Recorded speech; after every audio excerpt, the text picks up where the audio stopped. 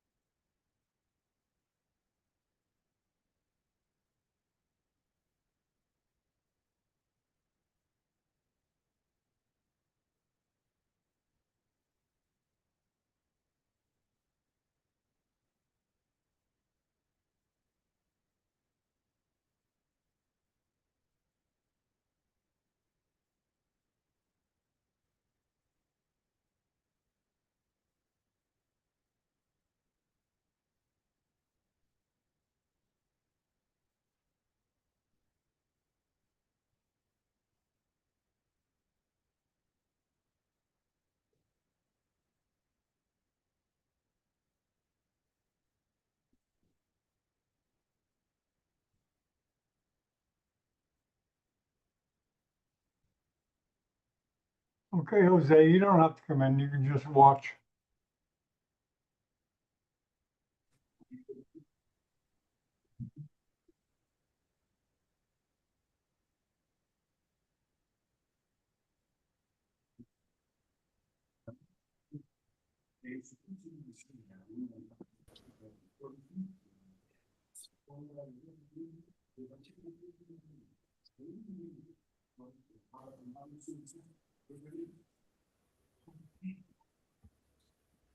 Hi, Sean. Hello, how are you doing, Andres? Fine. Thank you very much for having included me. You know, The I problem I, is, I don't think I met you before, Andre. Have I met you before or no? Hello, John. Hey, how you doing, Simon? Hello, how are you? This is Simon. He's one of the speakers from Republic of Congo. John, I appreciate a lot having included me as a panelist, but I have a surgery in maybe 30 minutes, so I will be able to be here for a while at the beginning of the speakers, you know? Okay, Andre, where are you from? Argentina, Buenos Aires. Oh, okay, bueno.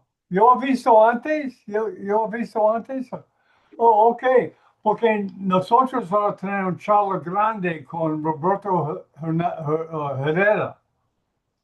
Él está arreglando Perfecto. ahora. Él está arreglando un I congreso know him grande. very well. Oh, sí, con 6, 7 charlas. Tú puedes presentar si tú quieres. ¿Tú tienes una Perfecto. especialidad o algo? I don't have Scope? any problem.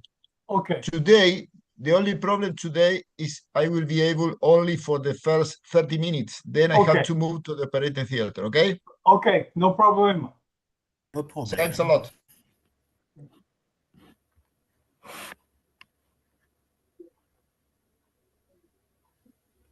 Okay, Simon, you feel comfortable? Yes. I'm well, no problem. Okay, we're gonna let Charlie go first, okay? Because he's in Australia and it's late at night, 12:30 at night. I didn't realize that India is such a big time difference in Australia. Do you But, catch Charlie Theo? Atta Bhati, his Atta.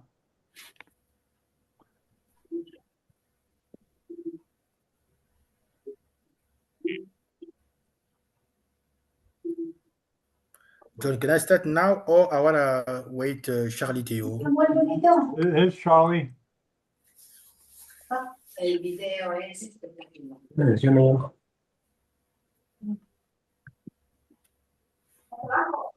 Sí. Okay, there's Atta. Welcome, Atta. Yeah, hi, good evening, good Good afternoon, evening, Charlie. good morning. Do you have a camera today, Atta, or no? Oh, there's Charlie. How you doing, Charlie? I know it. Thanks for staying up late. I want you to meet Atta. Atta, I'd like you to meet Charlie Teo. Hi, Professor Charlie. Hopefully, he's going to be the leader of neurosurgery education in the world, global, not just Australia, not just India, but global. Right, Charlie? That's my ambition, John. Okay, well, we're going to help you with any way we can. You have a televising arm to do it. So, John, can I correct you? He's already world-renowned neurosurgeon. Yes, of course. Of course, He's- the transition to be leader of the student education. Yeah. Wait, let me unpin. Let's see. I Hi, gotta Professor Theo, Professor Charlie. How are you, Atta? Good to see you again. Thank you. You're looking healthy, younger than when I last saw you. Yes. Unpin. Okay. View profile. Stop reading. Pin. Spotlight for anyone. No. Okay. Okay, Charlie, you go first, okay, because it's late there. Okay. Sure. Yeah, we start about 4 minutes. And then here's Andres Servio. He's a neurosurgeon from Argentina. This is Charlie Hi, Teo. Andre. Can I ask only 1 second to Charlie Teo? Professor Teo, how are you? I met you in New Orleans this year in the session of augmented reality neurosurgery. Maybe you remember this session. It was 1 hour, and I show you our development in augmented reality. And you suggested me to start with the lens. And then today I have to grateful to you because we are organizing the first surgery with the new lens. We developed a very cheap version of the reality, augmented reality in Argentina. I will show you sometimes. Thank you very much because of your suggestions. We could improve our development. Oh, that's Thanks lovely. Well again. done. Well, that's great. Andres, Congratulations. we'd like to Good, see that, good, Andre. Maybe, good maybe you can testimony. present. Maybe you can present on that augmented reality.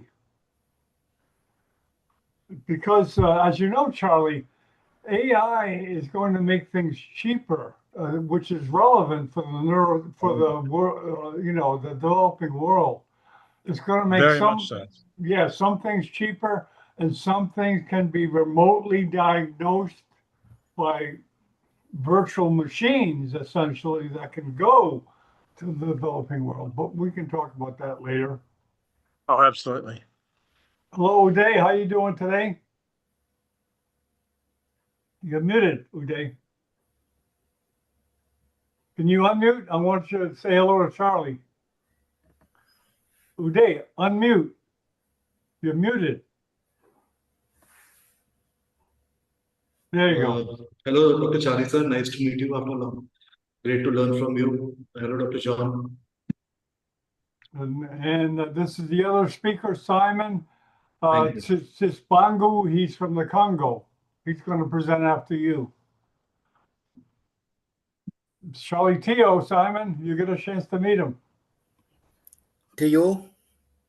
I just got back from Ethiopia, yes. Simon. Hello, Theo. How are you? Yeah, I just got back from Ethiopia. that's amazing. I've been trying to get in touch. I come from Congo. But I was just saying I was in Africa and I really enjoyed it. I really enjoyed Ethiopia. The people were lovely. The food was very different and very nice. The neurosurgery was of good level. They were very passionate and very hungry for knowledge. The whole thing was a very positive experience. It's about Addis Ababa, Ethiopia. It was Addis Ababa. Now I need to go to the Congo. I've never been to the Congo, so I'd like to go there next, maybe. Perfect. Yeah, nice. See Dr. Kabulo. He's a frequent. You know, there's only 8 neurosurgeons in the Democratic Republic of Congo. 8 neurosurgeons. Can you believe that? That's like a million per neurosurgeon. There are few neurosurgeons in my country.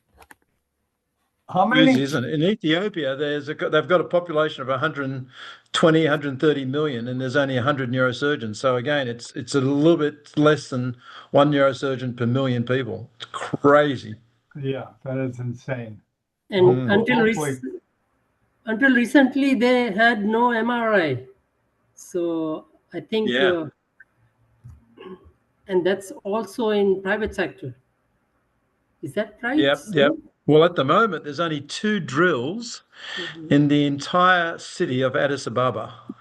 So few of the departments have got good microscopes. The hospital where I was working just bought a good microscope, but they don't have a drill. It's crazy. Okay, let's get started. Let me just change my. Have we got an audience, John? I mean, most of it's changed, Charlie. Most people watch it on YouTube now because they don't want to go register for Zoom and come in the panel. And oh, I see. Okay. Yeah, the demographics have changed, but there'll be a lot of people watching this on YouTube.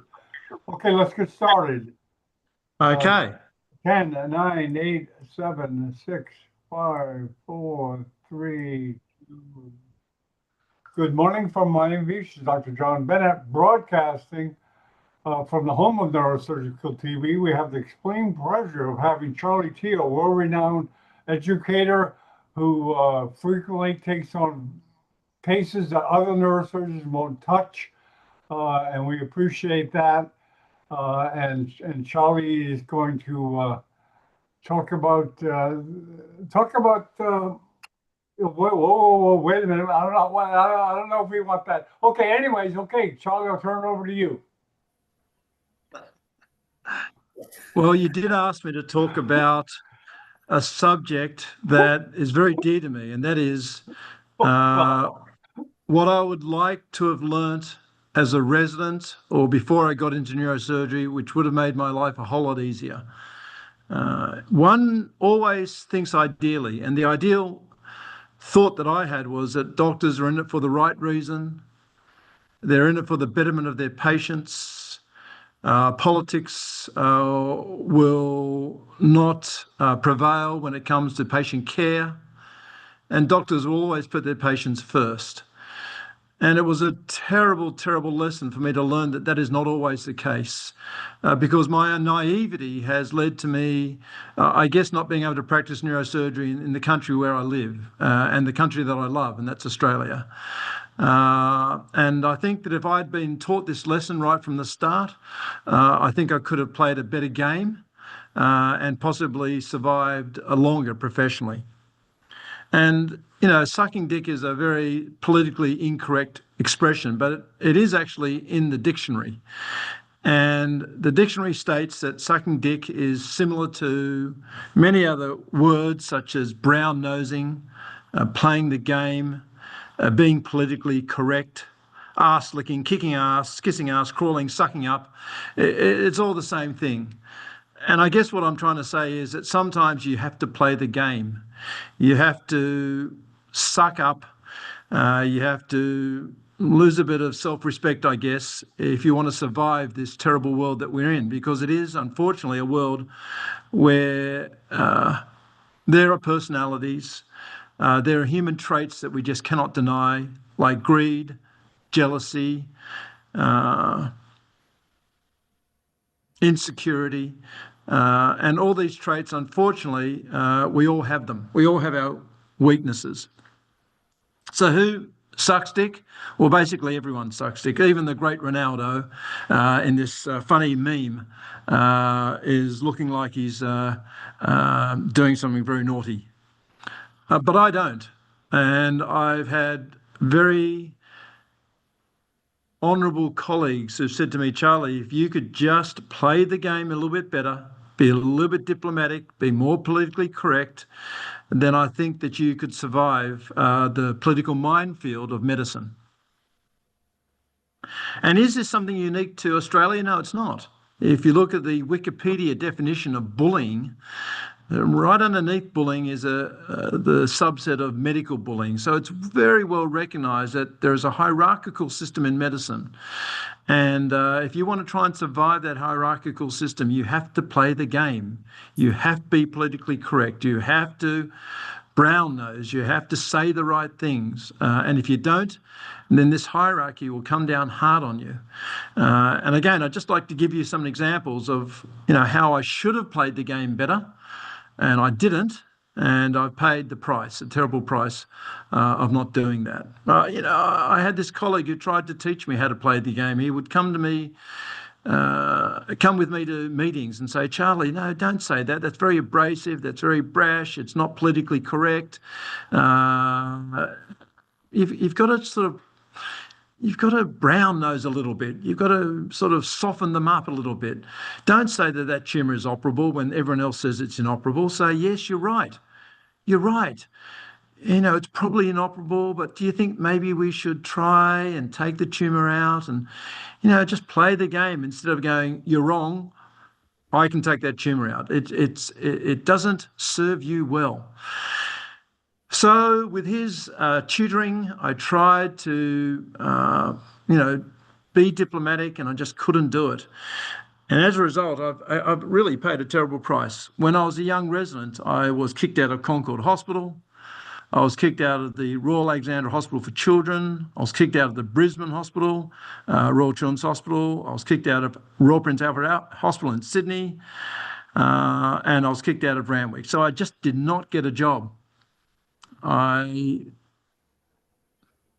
basically didn't play the game. So I thought, well, look, America is known for its meritocratic system. It is probably the best example of meritocracy in the world. And if you're good in America, then you get rewarded. So I thought, look, I'm going to go to America and see if I can make it in America. And I went to Little Rock, Arkansas and Dallas, Texas, and I loved America. I know, John, you've had your hard times in America, and I know that it's not perfect, but it is very much a meritocracy. And if you work hard, if you publish, if you're good, then you do tend to get rewarded. And I worked hard over there. I did a lot of innovative neurosurgery. I spread the word. I gave a lot of talks. I devoted myself to neurosurgery, and I was rewarded for it. I climbed the ladder of academia from assistant professor to associate professor to, at the last time when I left, a full professorship. I was chief of my department. I was director of the Arkansas Pediatric Neuro-Oncology Clinic, and I really did enjoy my time in America. But sadly, my wife at the time wanted to return to Australia. And even though I knew Australia had this sort of tall poppy syndrome, this syndrome of, not really rewarding excellence and almost, rewarding nepotism, I reluctantly returned. So when I went back to Australia, the same thing happened again. I immediately was labelled as having an attitude problem, and I'm not quite sure what that attitude problem was because, I love medicine, I love my colleagues, and I'm not quite sure why I was labelled, but I guess the word got around that I just didn't play the game right. So when I returned to Australia, I applied for a job in Melbourne at the Royal Children's Hospital. I was the only applicant who applied for the job. I was a full professor of neurosurgery. I had a worldwide reputation. I'd written books and book chapters, but because I was the only applicant, they withdrew the position. I then applied for a position at Westmead Children's Hospital, and again, I was the only applicant, so again, they withdrew the position rather than give it to me. At the Sydney Children's Hospital, there were 2 applicants, myself and a senior registrar who hadn't never worked as a full consultant, but she got the position over me. My old alma mater, University of New South Wales, I was banished from there as well. So at the end of the day, I said to myself, look, I want to practice in Australia. I want to live in Australia with my family. And the only way I'm going to be able to do this is set up my own centre. So I set up my own centre for minimally invasive neurosurgery. And within 6 months, they were at my door, beating down my door saying, you've got to stop doing what you're doing. And one of these, this is just one of the cases that I did when I first arrived back to Australia.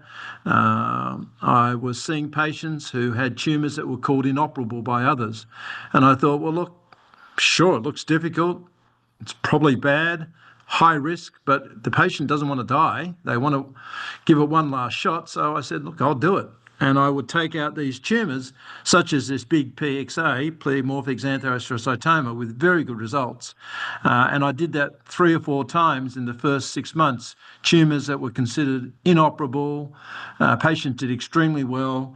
And as a result, I got a phone call from the president of the Neurosurgical Society at the time saying, you've got to stop what you're doing. And when I said to him, look, well, what am I doing wrong? These patients, they're surviving, they're doing well. And he goes, you are pissing off all the neurosurgeons in Australia, not just in Sydney, but all around. I've got 20 letters of complaint about you on my desk, and you've got to stop doing what you're doing. And so I was faced with this sort of crossroads of, what do I do now? Do I take the high road or do I take the low road? The high road, of course, is where I ignore this very sage advice. I ignore the wisdom of a guy who I had a lot of respect for. I ignore the pleas of all my colleagues to stop taking out tumours that they deemed inoperable. Or I take the high road where, or I take the low road where I know that it would be very, very good for my professional survival. It would be good for my health because I wouldn't be causing animosity and I would have the support of my colleagues, but I would be untruthful to my patients. In other words, they wanted me to tell patients, with tumours that I felt that I could take out. They wanted me to tell these patients that they were inoperable because they had deemed them inoperable. I did a lot of soul searching. I knew that this really was a fork in the road for me, and I really had to make a decision that I was going to stick by, and I took the high road. So what was the high road? The high road was the Centre for Minimally Invasive Neurosurgery. Over the last 30 years, I've done 11,200 craniotomies for tumours. I've published over 180 peer-reviewed articles, written 2 books, trained more than 50 fellows around the world, including some of the fellows from some of the most esteemed universities in the world, such as Yale and Harvard and Hopkins and Barrow Neurological Institute, Karolinska University. And I'm very proud of that fellowship and the neurosurgeons who have been through my fellowship. Over the years, I continue to take out tumours that other people have called inoperable. I've pushed the envelope. I have taken out tumours that even the textbooks say I shouldn't touch.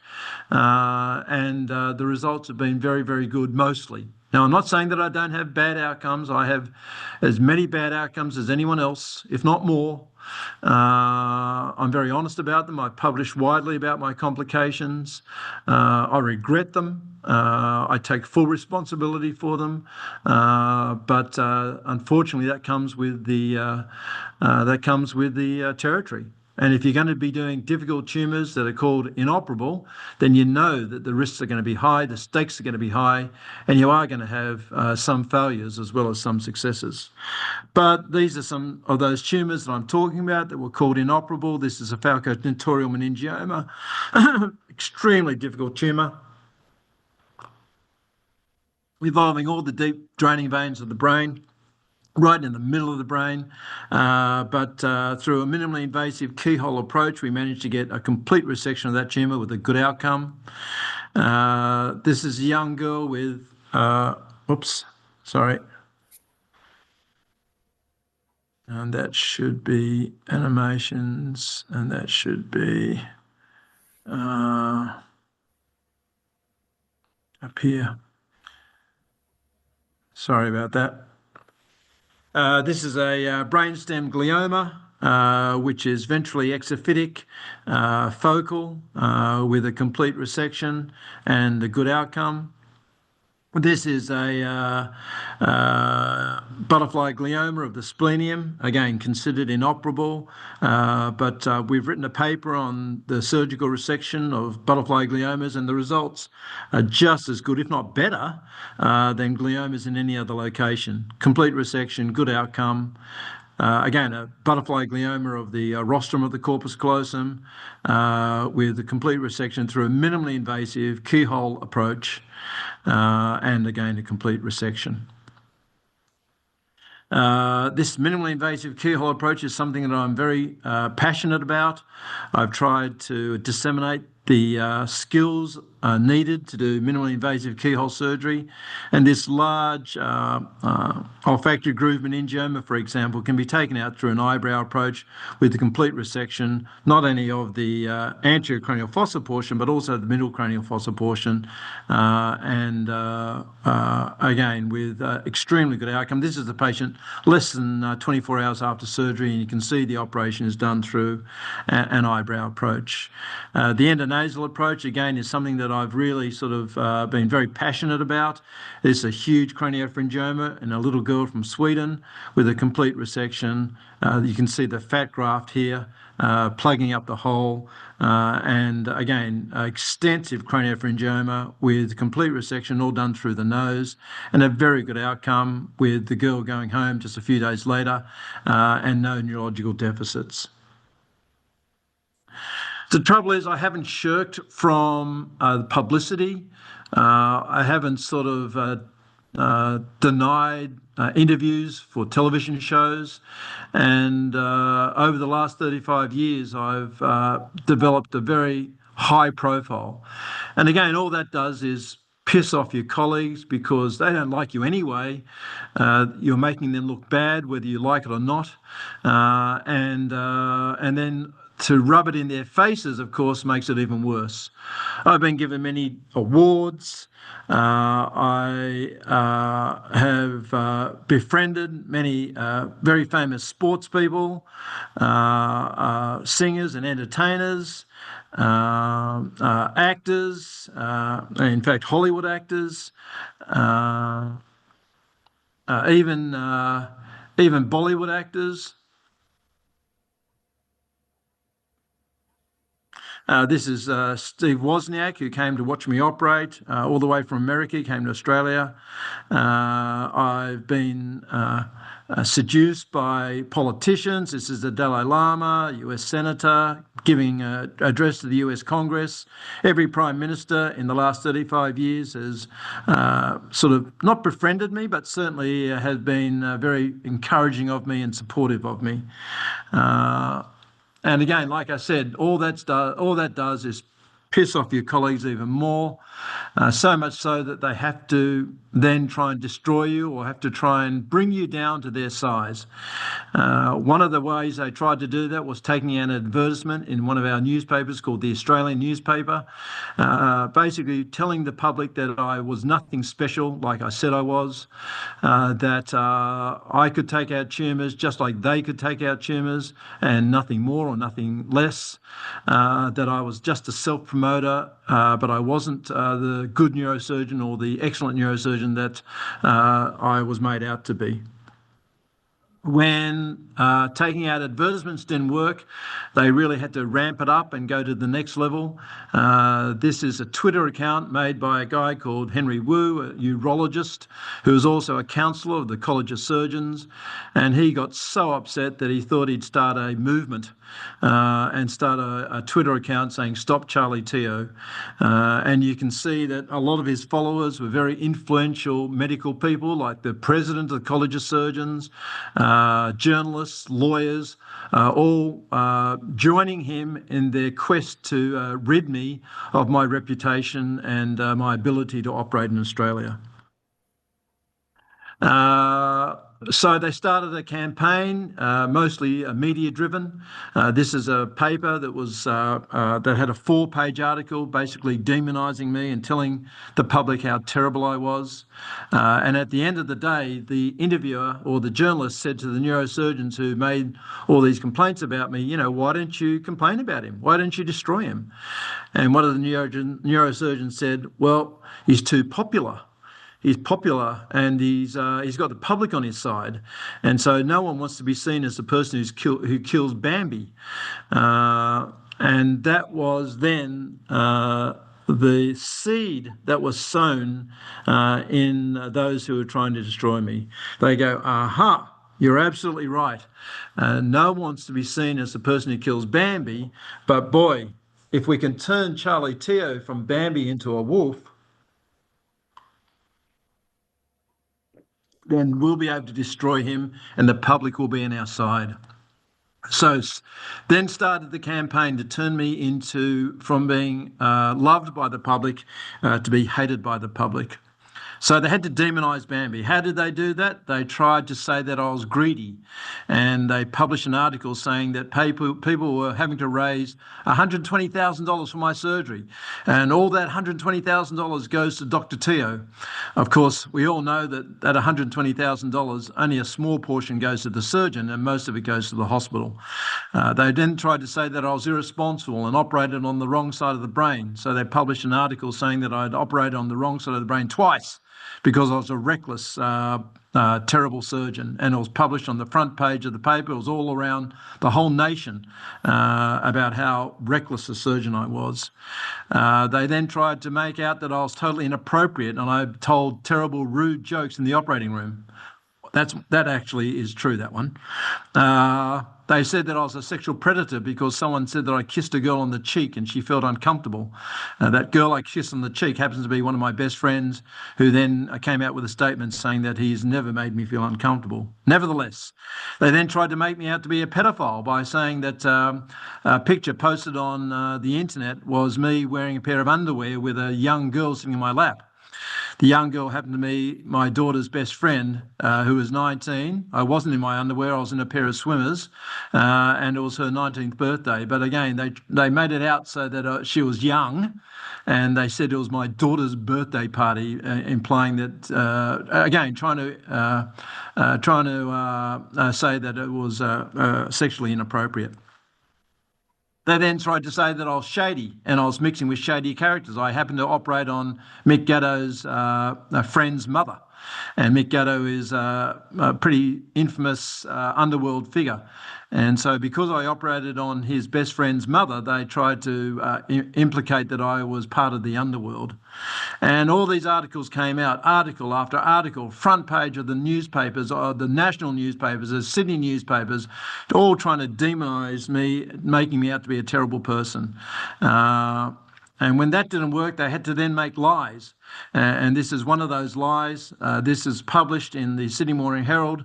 This WhatsApp conversation, a chain of conversation in WhatsApp, where someone is saying, you know, we got to destroy those journalists. And then Tio says, yes, you're right, it's been a rough week. And so they accuse me as being part of this sort of terrible conversation.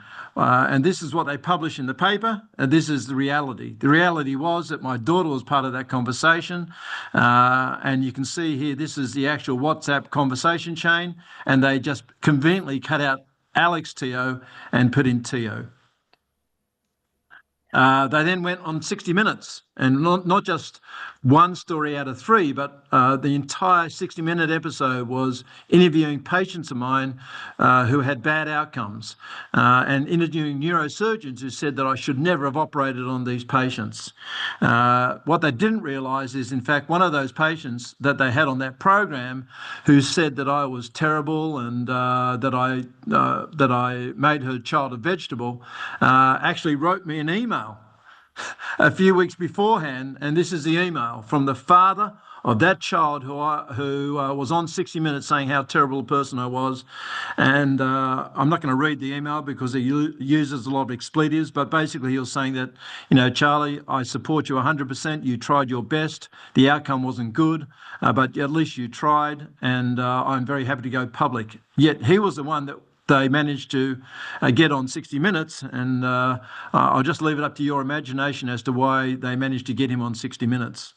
They also managed to get a neurosurgeon called Mark Sawadane to say terrible things about me, and this is an email from Mark Sawadane the day after 60 Minutes came out saying, Charlie, I had no idea they were going to make you out to be such a terrible person. I apologise.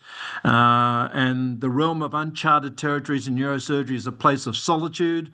Be well and know I respect you. And yet he was a neurosurgeon on 60 Minutes who was vilifying me and saying terrible things about me. But the trouble is, 60 Minutes worked.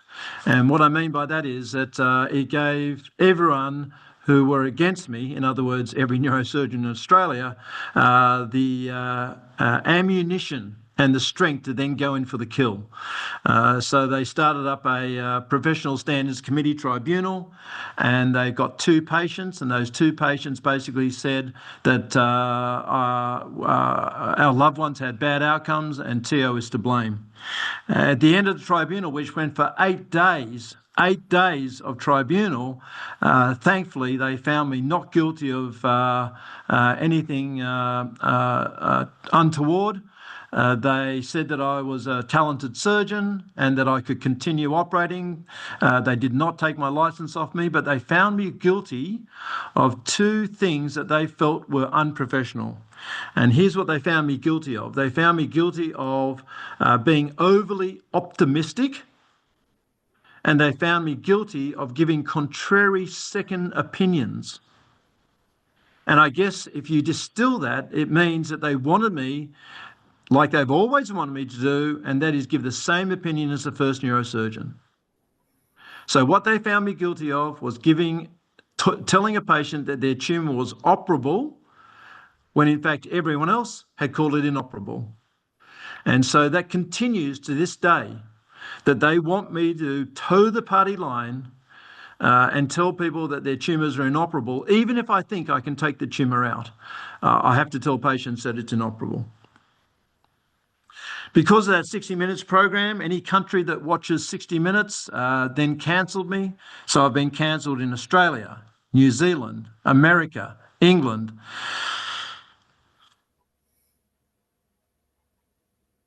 Singapore, Papua New Guinea. So sadly, social media works because once your name is tarnished on social media, it's there forever. And when people Google you and you've been on 60 Minutes, of course, it's going to come up and it'll always taint your name. So I guess what I'd like to teach young neurosurgeons is that there is a price of not playing the game. And sometimes it can be a very, very dear price. In the case of neurosurgeons in Australia who didn't play the game, and these neurosurgeons were excellent neurosurgeons, I know them. I knew them, some of them very personally. I knew their results. I reviewed their figures. They were good neurosurgeons, but they did not play the game. So this is one, Vinnie K. He was forced to resign from his post. Richard E. was forced to leave Australia. Peter H. had to return to Singapore. MLP committed suicide. Caroline T. never got a public hospital appointment because she did not play the game. What are the benefits of sucking up? What are the benefits of playing the game? And again, I'm be the first to admit that if you play the game, life is a whole lot easier because you don't have knives poised at your back. You don't have to worry about your colleagues persecuting you, vilifying you, sham peer review, all the things that they do. If you don't play the game, that's not going to apply to you. And not only that, but if you do things like this man did, he pulled out his penis in front of his resident, asked his resident to suck on his penis. He was found guilty.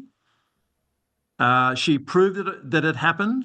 And what happened to him? He's still a senior neurosurgeon at a hospital that says that they're committed to integrity, compassion, accountability, respect, and excellence. He is a senior neurosurgeon at that hospital.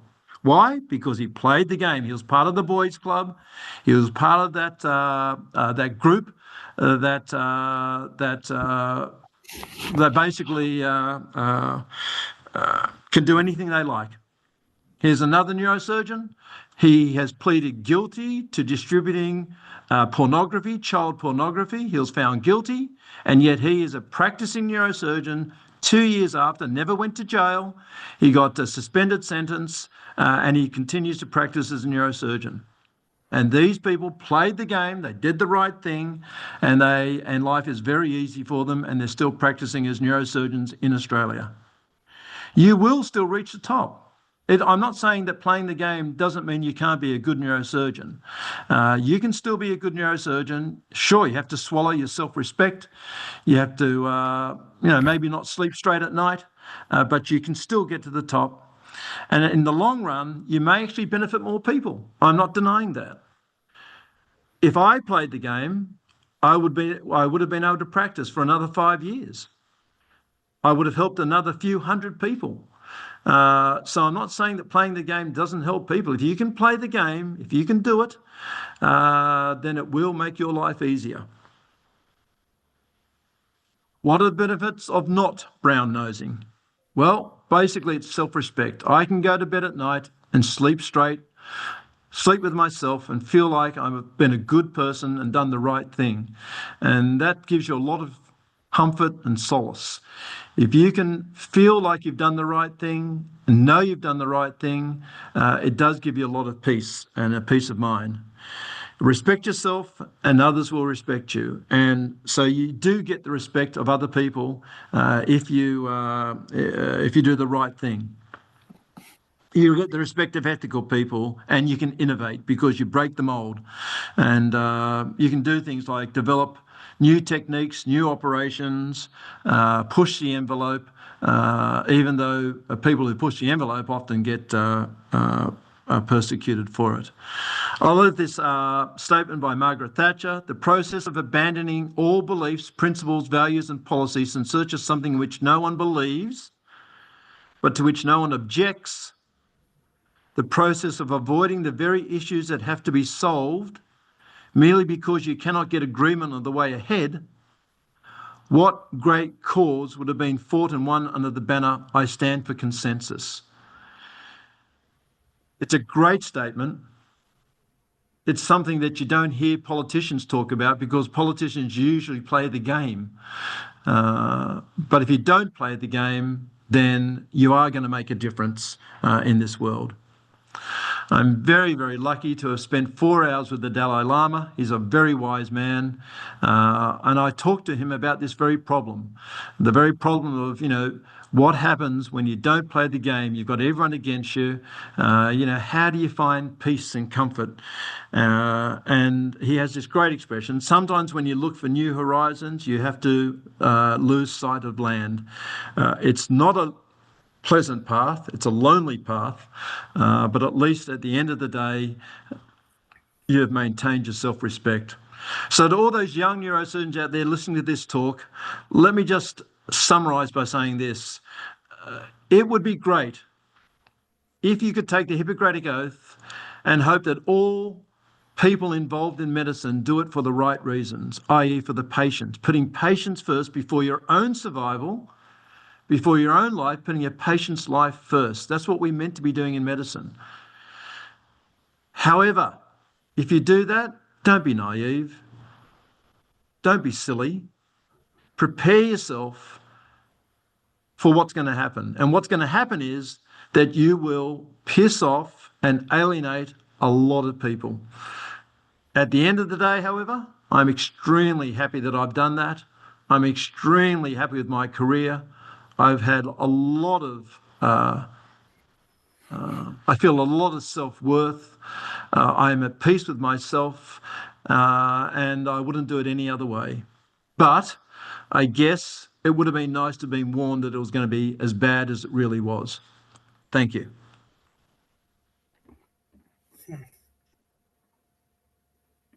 Thank you very good. Thank you very much, Charlie, for an honest appraisal of your situation. I think we all know how politically labile the hospital situation is. I myself got in trouble for a conversation that was overheard by someone that reported it to the dean or whatever.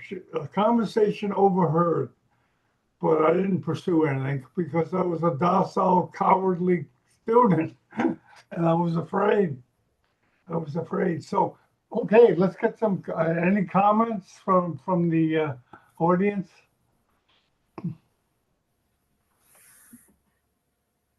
You were all my friends before the talk, and now they think that I'm terrible. No, not really, Professor Theo. You spoke up a phenomenal routine, especially in the surgical and neurosurgical world. And when you stand against the system, against the powerful people, it drains your energy, your career, your all life. So no one is strong every moment. So when people come to that low level with a very big profile, then just standing against them is standing against the system. So don't you think that we lose a lot of people in that just ruthless game? It's a lonely path. And look, I'm not saying that everyone can walk that path. If you can walk it, and if you've got the fortitude and the strength, it's a worthwhile path to walk. If you don't, you just have to be prepared to lose a little bit of self-respect, because that's what you have to do to play the game. You have to sort of do things that you don't really think you should be doing. But, in order to maintain peace amongst your colleagues, against jealousy and against insecurity, sometimes you just have to play the game. And in the long run, it's better for your health, it's better for your income, and maybe at the end of the day, you can help more people because you will survive for longer. Yeah. Well, Charlie, you know, I'm amazed that you were able to continue to work and had the energy to continue during all these travails. How did you do it? How did you maintain I know, your John, and it's not sanity something. and work and continue to Yeah, it's work? not something that I consciously did. When it all happened a few years ago, I sat back and I thought, well, maybe this is the end of my career and maybe I should be looking at doing other things. And I did. I started doing some other things, set up a medical data company. I started seeing patients with depression and anxiety, and I started using TMS, transcranial magnetic stimulation, to treat brain disorders. And I also did a little bit of neurosurgery in other countries pro bono. And when I did neurosurgery in other countries pro bono, I thought, no, I've still got the skills. I've been given this talent. It's my strength. I love it. And while I can continue doing it, why shouldn't I? So it wasn't something that I go, I'm gonna be strong and I'm gonna beat the system. I'm telling you, it gives me strength when I do neurosurgery. I just love it so much, and I'm really enjoying the teaching now because I'm operating in so many different countries. So yeah, I can't imagine life without neurosurgery. Yeah, I mean, one day I'm not going to have the talent, and one day I'm not going to have the physical attributes to do what I do. But at the moment, I just love it. Can you tell us exactly what things you're doing now? I know you just got back from Ethiopia and you practice some in Singapore. Could you tell us where you're working and what you're doing? There's an amazing neurosurgeon in China called Professor Ling Feng. Some people will know her, but essentially she's a very high-profile neurosurgeon in China. And she's just an amazing person. She heard all the rhetoric, she heard all the terrible stories about me, and she goes, look, I'm not going to believe them unless I find out for myself. I'm going to give them a trial. And I said to her, look, if you give me the opportunity to work with you and I pass the test of professional integrity and surgical skill, then let's work together. So she kind of put me on probation for a while, saw that I actually am very good to my patients. I consent them well. I treat them with respect. I'm a good surgeon.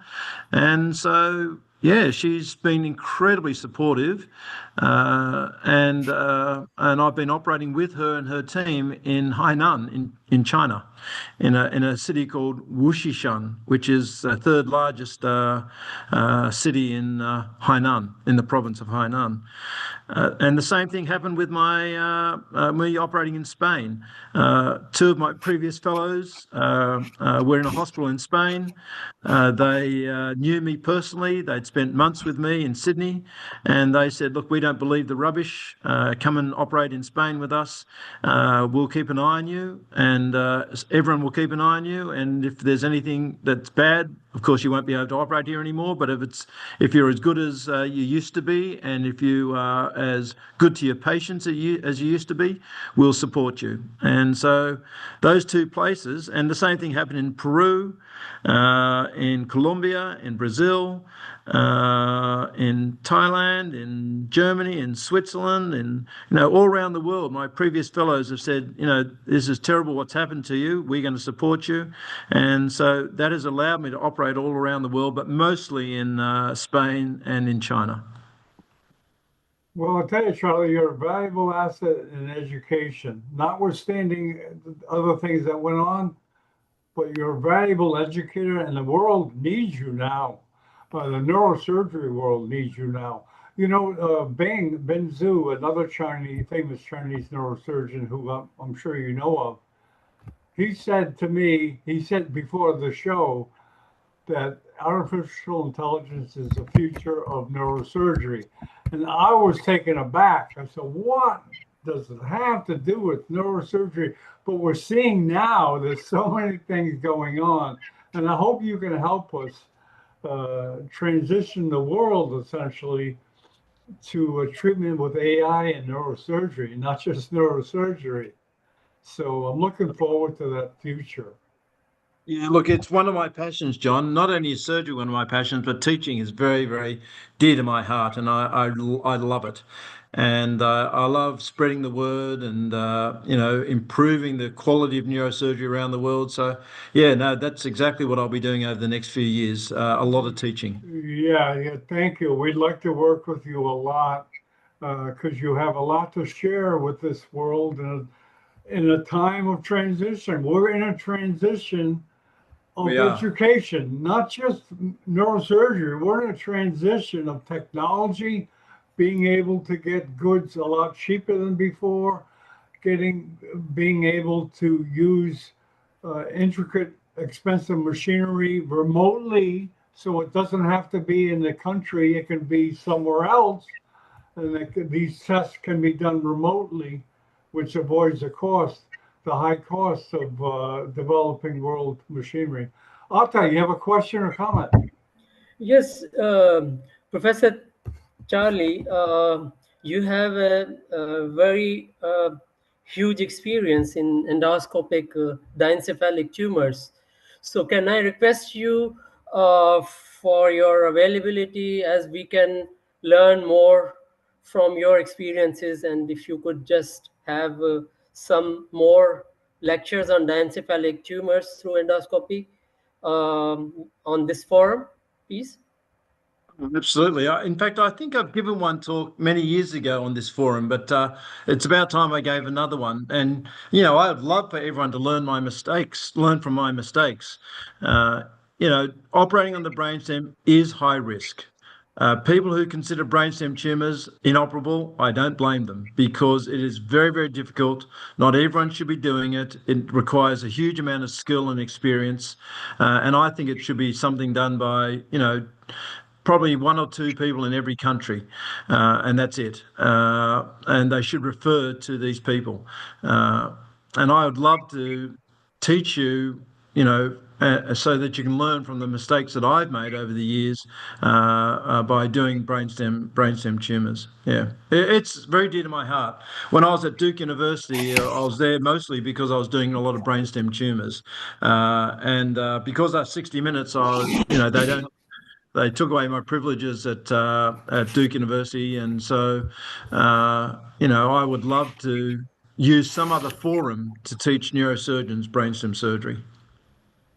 Thank We you. definitely need it. Okay, Simon. Oh, I'm sorry. Did you have a follow-up, Atta? No, I'm just saying thank you, and we will keep looking. Thank you, Professor Charlie, for your presentation. I am proud of what you made in your career. And I want to know exactly, can you work now? What advice can you give to aspirant in neurosurgery, like us who like to begin neurosurgery? Okay.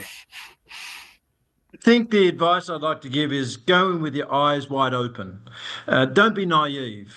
Naive means thinking that all doctors are altruistic. All doctors are in it for the right reasons. All doctors will put their patients before politics. And that's what I thought. I was very naive when I went into medicine, thinking that everyone thought the same way as me, that they'd all support me, and that I would not be creating enemies.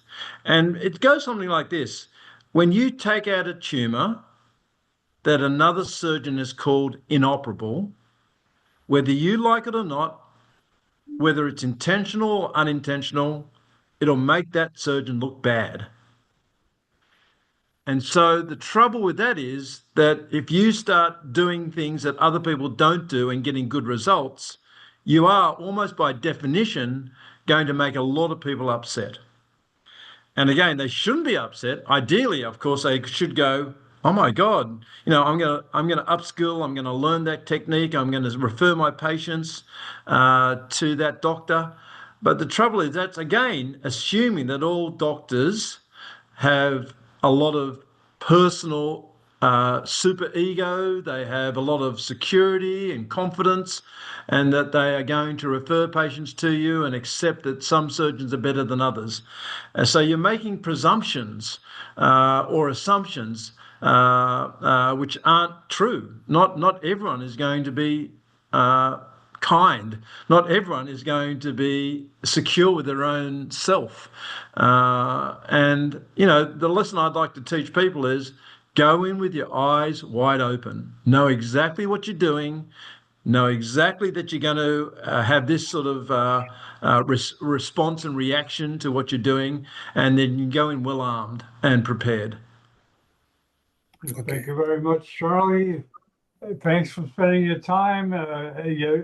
This is a sacrifice for you. It's 1:30 in the morning in Australia, and you're giving this talk. And we appreciate your dedication. So thank you pleasure, very much, John. Charlie. And we hope to be working with you a lot because the neurosurgery world needs your teaching. Because there was some other forums before that's just kind of falling away. The Walter Dandy used to do a lot of education. They're not doing it anymore. And I personally can see the lack of the newer generation using platforms like Zoom. There's like a fall off because people obviously they go on to residency and they get busy. But we have to have someone pick up the slack of neuroeducation online for the residents, etc. So good night, Charlie. Thank you very much. Pleasure. Okay, we move on to the next presentation. Simon C. Bangu. He's a neurosurgeon from Okay, thank you. the Republic of Congo, and he's going to speak about overview of pediatric oncology. Speaking of online diagnosis, pathology is getting so good that they'll be able to diagnose slides from afar. Thank you, John. Anyways, go ahead, Simon. I want to share my. Okay, Yeah. thank you, John. Okay.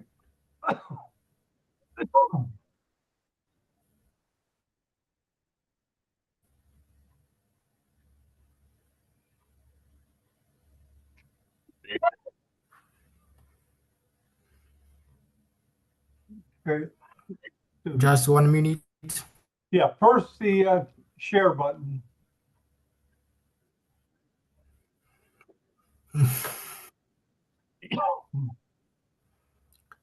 I want to share my my slide, and then I will share your first slide. begin. You need to share your first slide. Share. Click the share button. Just 1 minute. You're not. I can tell Okay, okay. You're not clicking on the share button. I can tell. First step. Click on the share.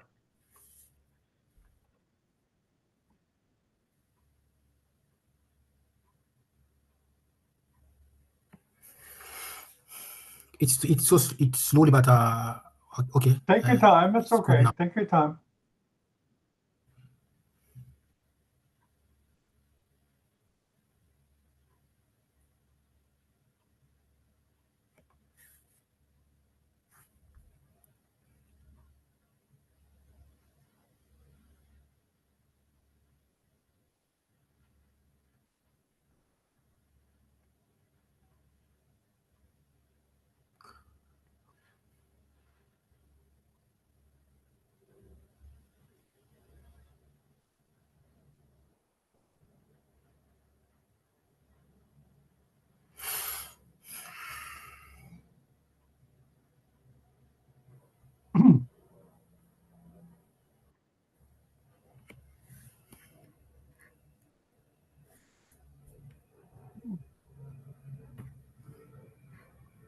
There you go. You're on the way.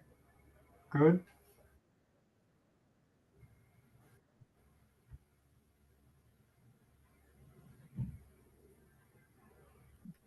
Okay. Okay. At the Can bottom, I start now? Do you see my? Please put it on presentation mode at the bottom. Remember we went over that yesterday? At the bottom right, please put on Okay. presentation mode, please. At the bottom, you see, do you see the option to do it? There you go. Perfect. You got it. Okay.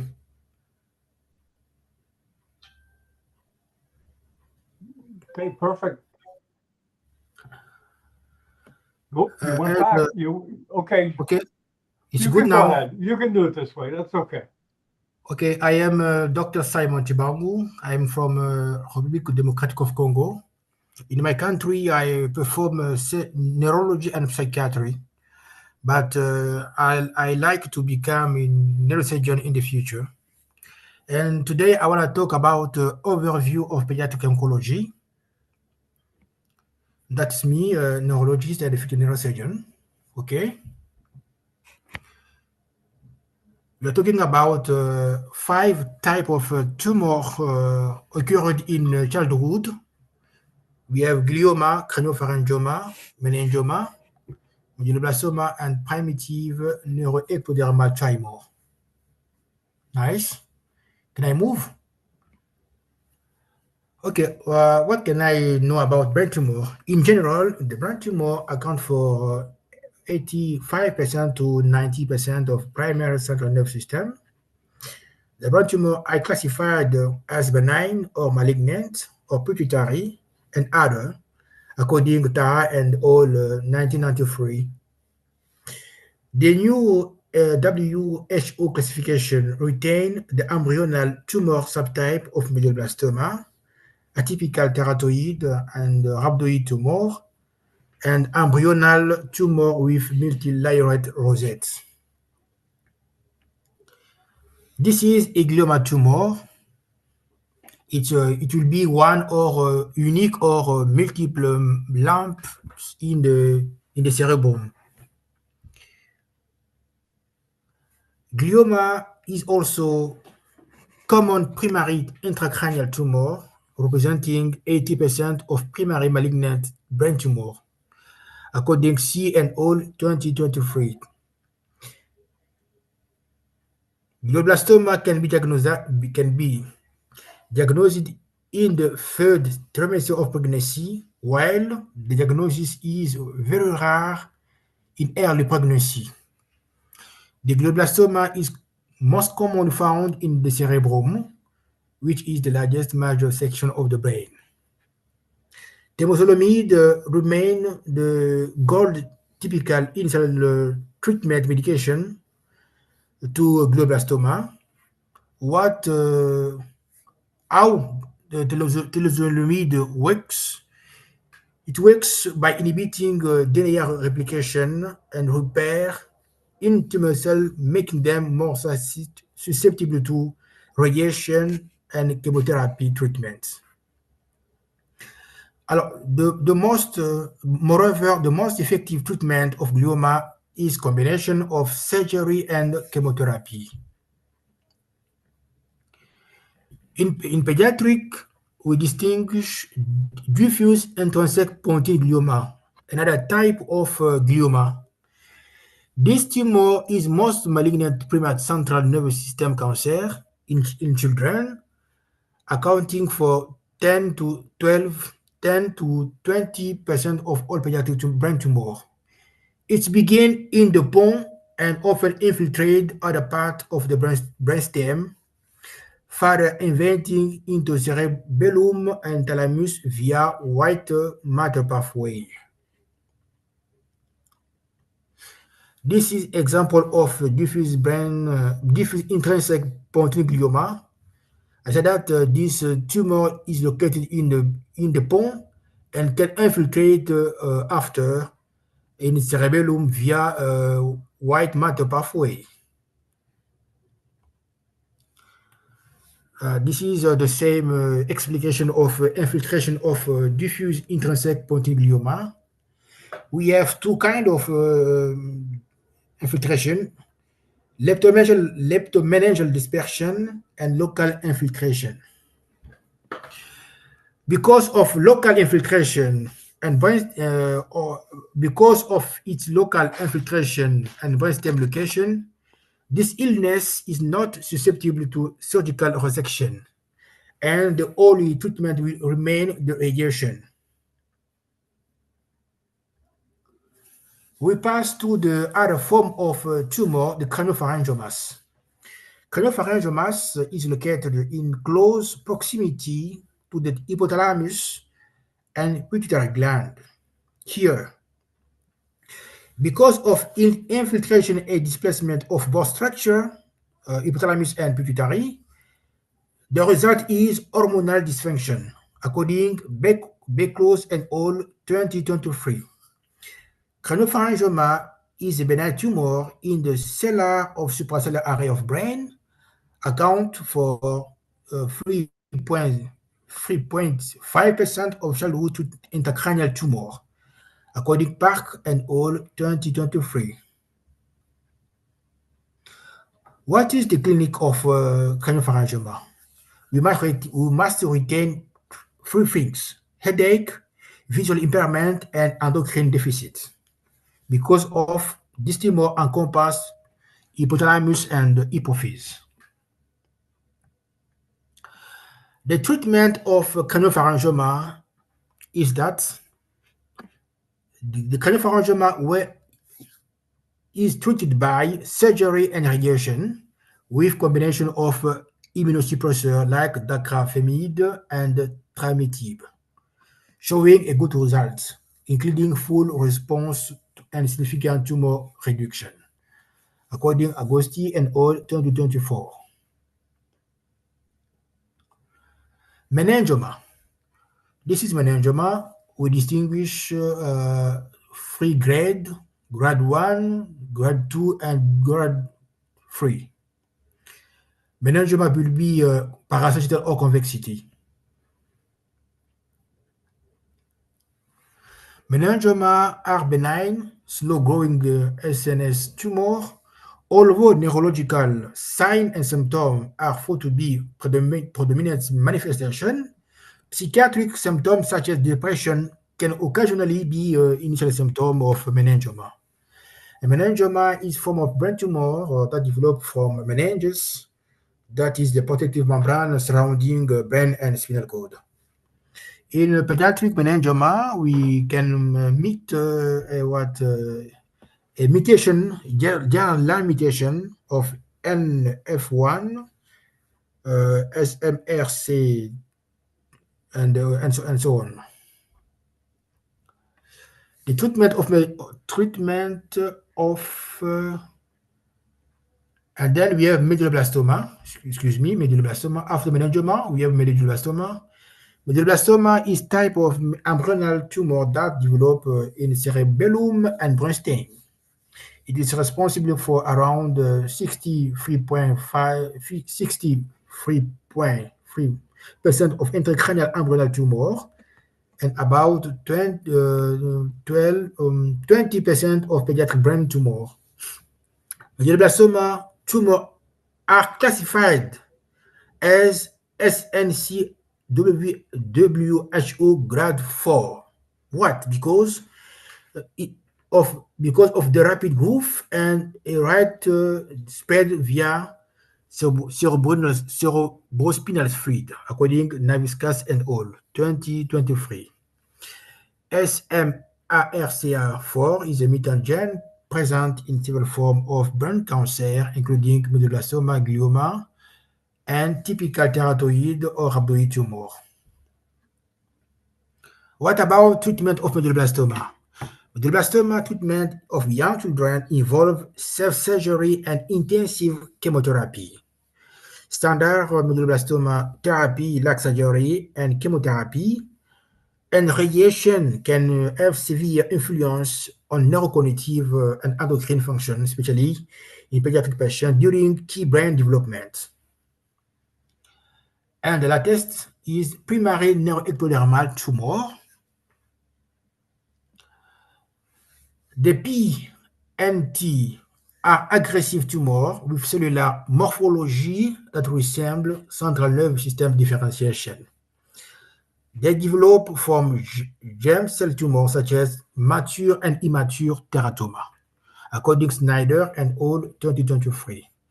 They are characterized by small, poorly and differentiated embryonal cells, pose challenge in histological diagnosis due to the absence of definitive molecular marker, according to Chung and al. 2023. Thank you. Okay, very good. Thank you very much. Thank you. So we didn't think we'd be able to do the Zoom, but you did fine. Okay, Thank you. I'll take you off the screen now, okay? Just so we can have a few questions. Okay, thank you, John. Yeah, just a minute here. Okay, very good. Yeah, that's your first presentation, right? Online for neurosurgery. That's great. Thank you, John. Okay, Thank you. Thank you. Sure. Now you got something in your video resume. Okay. Okay, I'd like to see if anybody has any comments or questions. Are you there, Takashi? Or Rata, any questions or comments? Or Uday, you have any comments or questions? Very nice presentation. Very excellent presentation. Okay, thank you, Uday. Thanks for coming. Dr. Wang, I guess Takashi's still taking a snooze.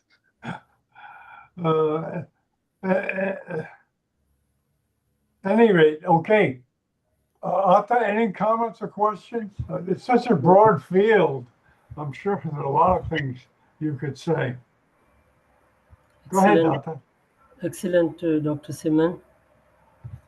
And just do you like to tell your practice, what sort of cases you get and operate?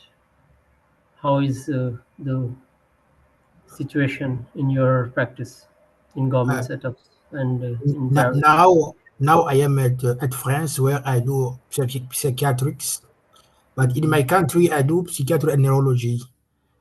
And my hope is to begin a second training neurosurgery in the future. I didn't operate now anybody, any patient. It's just literature. So how many neurosurgeons are there in your country? There are Democratic few, Republic. yes, I think it will be 8 or 10 neurosurgeons. There are few Yeah. neurosurgeons in the country. Just like Ethiopia, Atta. Yeah, Dr. Kabulo, who does a lot of webinars with us from the Congo, he said that, yeah, same, 8 or 9 for population. Kabulo live in Lubumbashi, and it traveled to Zimbabwe and Zambia. But in Kinshasa, we have few neurosurgeons. Yeah, well, it's so many people to neurosurgeons, like 1 to 1 million. 1 neurosurgeon every 1,000,000 persons. That's incredible. So I guess there are a lot of doctors, like general surgeons, doing minor neurosurgery stuff like shunts and various other things. Do you have other doctors doing what should ideally are done by neurosurgeons, but cannot because they're not there in remote areas of Africa? There are no material what technique in my country. That's why we don't know only type of neurosurgery because we lack material for surgery. Well, Otto, you can comment on this, but I know there's a lot of neurosurgeons in the world that need experience and may be working in countries like China, especially, Yeah, where they would welcome coming to a place like the Congo and practicing, and they'll get a lot of experience. that's a good idea. Yes. Has that been pursued, recruiting Chinese neurosurgeons and neurosurgeons from other parts of the world with the promise that they'll get lots of experience, operative experience? Yeah. Because as you know, after some places, you really don't touch the knife that much. You watch procedures and you watch your seniors operate, and you don't get your hands dirty. Whereas in a place like Congo, you'd be operating all day and night. It seems to me, being a non-neurosurgeon. So very good, Simon. I appreciate your time and your talk, and we look forward to having more presentations by you. And thanks for coming, Ata, and thanks for coming, Uday and Takashi. If he's awake, Takashi, are you awake yet? Oh, Zhao Wang, can you talk, Zhao? You're from China, correct, Zhao? You can just text. Yeah, okay. I'm texting with Zhao. You're from China. What part of China are you from, Zhao? Are you from Shanghai, Beijing? Because I want to ask you some questions about. Okay, now you work at the hospital. Do you get a lot of hands-on experience, or are you at a place where you don't really get that much hands-on, or do you have more than enough where you're at Xian Hospital in China? You can text me, and I'll read the text what you say. Wang practices at Xian Gaia Hospital, and let me get that on the map. I'm going to work now.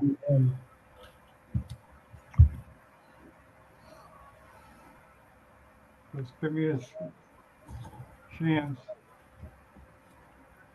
to shine here.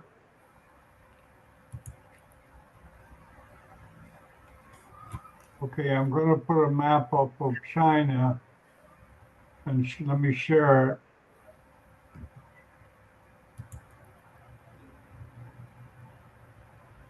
And just show me where the hospital is.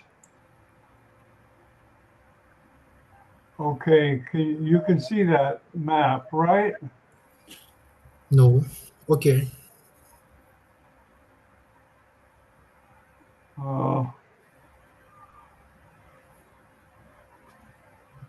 Yeah, where in China is that map? Zan?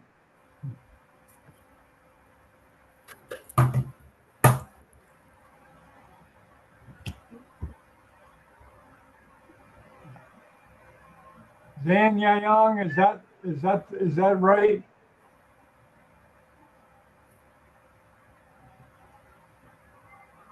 Let me get a little bit. Saying middle of China.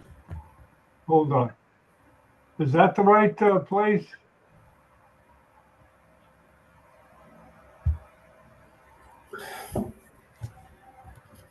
Yeah, is that the right place? I'm trying to get. Oh no! Oh wait a minute! I got the wrong name. Okay, let me get the right name. So, John, there is a comment or question from Jose Fernandez. Okay, probably let me take this first. Okay, there we go. Okay, there we go. Okay, we got the right map. Sangaya. Okay, I'm gonna. Here we are, right? Now,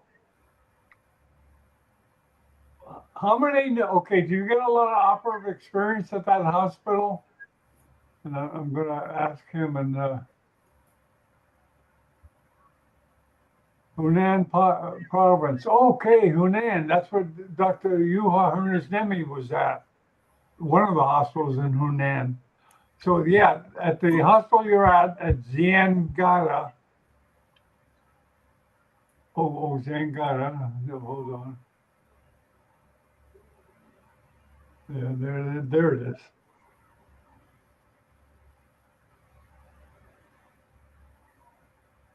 Okay, there it is. Are there many neurosurgeons there?